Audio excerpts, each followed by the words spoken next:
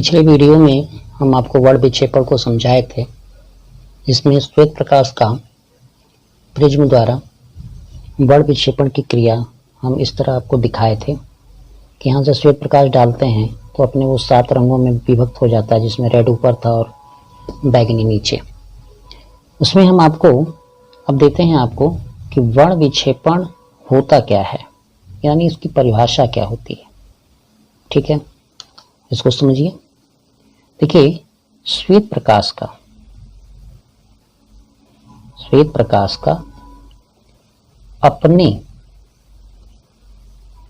7 अवयवी रंगों में विभक्त होने की क्रिया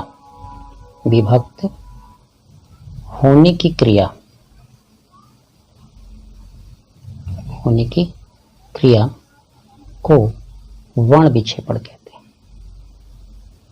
क्लियर हुआ?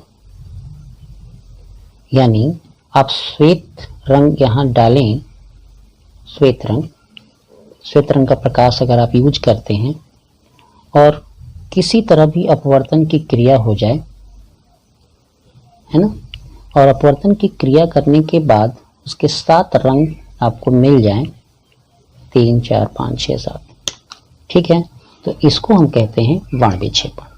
जैसे पहला कलर आपको लाल मिल जाए, नारंगी है, फिर आपका पीला है, फिर आपका हरा है, फिर नीला है, फिर आपका आसमानी है ना, और आपकी बैगनी।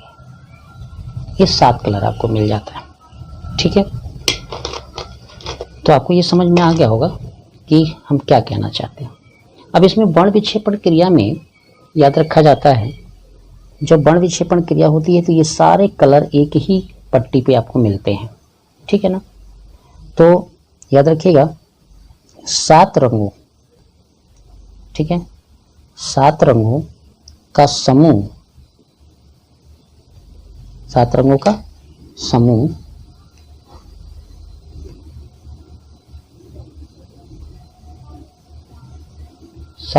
समूह वर्णक्रम कहलाता है। वर्णक्रम कहलाता है, याद रहेगा आपको। ये वर्णक्रम का एक और नाम दिया जाता है स्पेक्ट्रम। वर्णक्रम या स्पेक्ट्रम कहलाता है। क्लियर हो गया? समझ में आ गया? याद रखिए, ये स्पेक्ट्रम आपका सतत स्पेक्ट्रम में आता है, यानी जो 7 कलर का वर्ण विक्षेपण द्वारा स्पेक्ट्रम बनता है 7 रंगों का, वो सतत स्पेक्ट्रम कहा जाता है। स्पेक्ट्रम वैसे बैंड स्पेक्ट्रम, सतत स्पेक्ट्रम, रेखीय स्पेक्ट्रम, ऐसे स्पेक्ट्रम होते हैं ऊर्जा के। तो यहाँ पे जो आपका 7 रंग का स्पेक्ट्रम है उसे सतत स्पेक्ट्रम हम कहते हैं। ठीक है, तो इसका स्पेक्ट्रम आपका सतत होता है। ठीक है, अब हम लोग पढ़ते हैं एक नई चीज, इंद्रधनुष। इंद्रधनुष सबको दिखाई देता है। जब बरसात होती है तो आसमान में एक जो है 7 कलरों का एक इंद्रधनुष दिखाई देता है, उसी को हम इंद्रधनुष कहते हैं। रेनबो जाना जाता है ये। हम आपको एक चीज बता देते हैं कि देखिए, इंद्रधनुष का एक कंडीशन होता है। इंद्रधनुष हमेशा नहीं दिखता, तो इंद्रधनुष को देखने का कंडीशन होता है। इंद्रधनुष देखने की शर्त होती है। वो शर्त ये है कि जिधर से बारिश होती रहती है, जिधर आपकी बारिश हो रही हो, ठीक है, और सूरज यहाँ निकला हो, सूर्य आपका कहाँ हो, यहाँ हो, तो आपको यहाँ होना पड़ेगा और आपको इधर देखना पड़ेगा। ठीक है, तब ये इंद्रधनुष दिखता है। तो इंद्रधनुष दिखता है तो लाल रंग और बैगनी रंग का कॉम्बिनेशन ऐसे आपको दिखता रहता है। इसी में आपका पीला, हरा, सब कलर दिखते रहते हैं। तो याद रखिएगा, इंद्रधनुष को देखने के लिए सूर्य की तरफ पीठ होना चाहिए और आगे आपको इंद्रधनुष दिखेगा। इंद्रधनुष देखने के लिए इंद्रधनुष की जो बनता है, आपका इंद्रधनुष बनने की क्रिया है ना, उसमें 4 क्रियाएं एक साथ ऐड होती हैं, यानी 4 क्रिया एक साथ होती है, तब जाके आपको इंद्रधनुष दिखता है। ठीक है, तो पहला है क्रिया आपका प्रकाश का अपवर्तन होता है। दूसरी क्रिया है वर्ण विक्षेपण होता है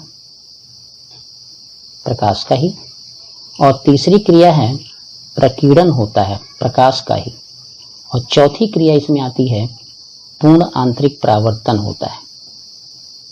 तब जाके आपको ये क्रिया कंप्लीट होती है, और ये जो क्रिया कंप्लीट होगी आपकी तब आपको इंद्रधनुष दिखेगा। अब इंद्रधनुष देने के लिए कंडीशन क्या आपको हम बता सकते हैं, ये देखिए। होता क्या है कि जब सूर्य का प्रकाश ठीक है द्रव की बूंद पर पड़ता है ना, पड़ेगा तो वो दो कलर में यानी अपना वर्ण विक्षेपण करता है, यहाँ से वो वर्ण विक्षेपण कर लेता है, ठीक है, ऐसे यानी लाल और आपका बैगनी कलर में बंट जाता है, इसमें 7 कलर में बंट जाता है। फिर उसके बाद वो अंदर ही आपका प्रकीर्णन करता है, और प्रकीर्णन करने के बाद अपूर्ण आंतरिक परावर्तन के कारण वो बाहर निकलता है, ठीक है, ये आपका लाल आ रहा है। उसके बाद वो बाहर निकल जाता है, और यही जो बाहर निकलता है वही हमको क्या करता है, दिखाई देता है, जिसे हम कहते हैं इंद्रधनुष। क्लियर हो गया? ये आपका बैगनी और ये आपका रेड, ठीक है। तो इसमें क्या होता है कि सूर्य जब बरसात समाप्त होने लगती है तो वायुमंडल में द्रव की छोटी छोटी बूंदें आपकी उपस्थित होती हैं। ये जो जब इस पर सूर्य का प्रकाश ऐसे श्वेत प्रकाश गिरता है ना, तो ये श्वेत प्रकाश का सबसे पहले अपवर्तन क्रिया होती है, जिसमें वर्ण विक्षेपित होता है और 7 रंग में विभक्त हो जाती किरणें, और उसी में प्रकीर्णन करता है प्रकाश की किरण, और पूर्ण आंतरिक परावर्तन से वो बाहर आपको ऐसे वक्राकार आपको फिल्म दिखाई देती है, जिसे हम इंद्रधनुष कहते हैं। यानी सब मिलाकर के इंद्रधनुष का बनना, ये क्रियाएं 4 क्रियाओं का समूह से बनती है, यानी 4 क्रियाएं एक साथ होती हैं, ठीक है। एक चीज़ और आपको बता देते हैं, थोड़ा बुक से पढ़ेंगे तो आपको और क्लियर हो जाएगा, आप देखने की कोशिश करिएगा।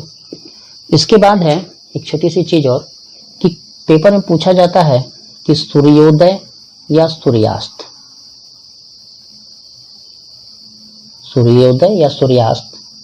के समय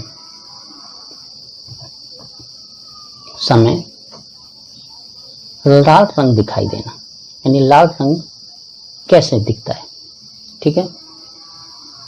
दूसरा है तारों का टिमटिमाना,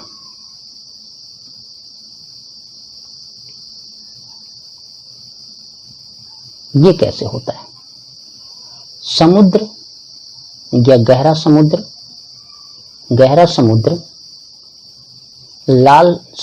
नीला क्यों दिखता है, ठीक है, हो गया। आकाश का रंग नीला क्यों दिखता है, ठीक है। अब ये क्रियाएं हैं, अक्सर पेपर में पूछी जाती हैं, तो मैं आपको इसको डिक्लेयर कर दे रहा हूं कि सूर्योदय या सूर्यास्त के समय जो लाल रंग होता है वो वायुमंडल में ये प्रकीर्णन के कारण दिखाई देता है, ठीक है। तारों का टिमटिमाना प्रकाश का अपवर्तन क्रिया है। समुद्र का गहरा दिखना ये प्रकाश का प्रकीर्णन है। आकाश का नीला दिखाई देना ये प्रकीर्णन है। और भी देखिए, जैसे सिक्के का पानी में करीब दिखना ये भी अपवर्तन है प्रकाश का, ठीक है। तो ये सब आपके मरचैका बनती है, जिसमें गर्मी के दिनों में लगता है कि पानी है। मरचैका का बनना ये प्रकाश अपवर्तन और पूर्ण आंतरिक परावर्तन का उदाहरण है, ठीक है। ये पाठ आपका एंड हो रहा है। अब इस पाठ में आपको पढ़ने के लिए कुछ भी नहीं बचा। आप इंद्रधनुष का बनना ठीक से पढ़िएगा और सूर्यास्त और सूर्योदय के समय लाल रंग क्यों दिखाई देता है ये पढ़िएगा। तारा टिमटिमाना, ठीक है ना। धन्यवाद।